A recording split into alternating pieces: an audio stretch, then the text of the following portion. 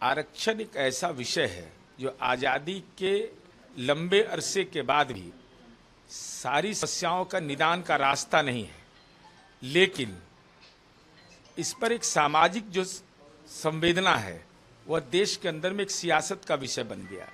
तो माननीय मोहन भागवत जी, मूल्यांकन पहले इस बात का होना चाहिए कि अगर दलितों को आरक्षण मिला, पिछड़ों को आरक्षण मिला, और उस आरक्षण का लाभ अभी कितने प्रतिशत तक के लोगों के पास पहुंचा है।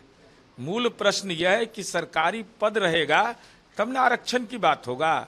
जिस ढंग से नई आर्थिक नीति आने के बाद और पद का विलोपन होने की प्रक्रिया में, तो आरक्षण तो एक ऐसा विषय है जो अब सरकारी क्षेत्र के साथ दूसरे क्षेत्रों में भी मांगे उठने लगी है। लेकिन मेरा मूल प्रश्न यह है कि डॉक्टर अंबेडकर ने जिस भावना के साथ आरक्षण दिया था वह भावना पूरा नहीं हुआ, उसका गुनाहगार कौन है, और इस संबंध में पूरे सम्यक नीति बनाने की जरूरत है। महिला आरक्षण बिल कोई आज की मांग तो है नहीं, ये देश की संसद में लगातार इस बात को उठता रहा, विधानमंडल में उठता रहा, और हमको संवैधानिक हक है नीतीश कुमार जी को, तो पंचायती राज में महिलाओं को हिस्सेदारी देके हमने देश में मॉडल स्थापित किया, उसके बाद देश के दूसरे राज्यों ने किया।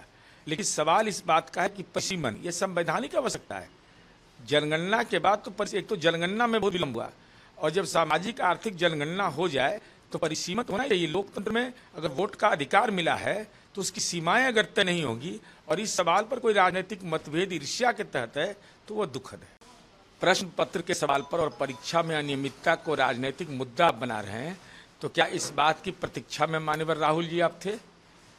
हम तो ये सवाल बार बार पूछ रहे थे कि भाई राहुल गांधी जी की जुबान खामोश क्यों, तेजस्वी जी की जुबान झारखंड में खामोश क्यों है, वहाँ के छात्रों अगर आंदोलनरत है तो उनसे बातचीत क्यों नहीं? जब सर के ऊपर चला गया तब यह माननीय राहुल गांधी जी को चिंता हुई है। इसलिए चिंता सदैव करिए, चिंतन कभी कभी करिए, तब आपके लिए बेहतर होगा। यूपीआई ट्रांजैक्शन पर अगर आप पैसे का ट्रांजैक्शन करिएगा तो इसमें देना में कौन बड़ा गुनाह है भाई? आप व्यवसायिक हित के लिए आप जीएसटी का नंबर लिए हुए हैं तो ट्रांजैक्शन करिएगा तो सिस्टम को तो पे करना पड़ेगा।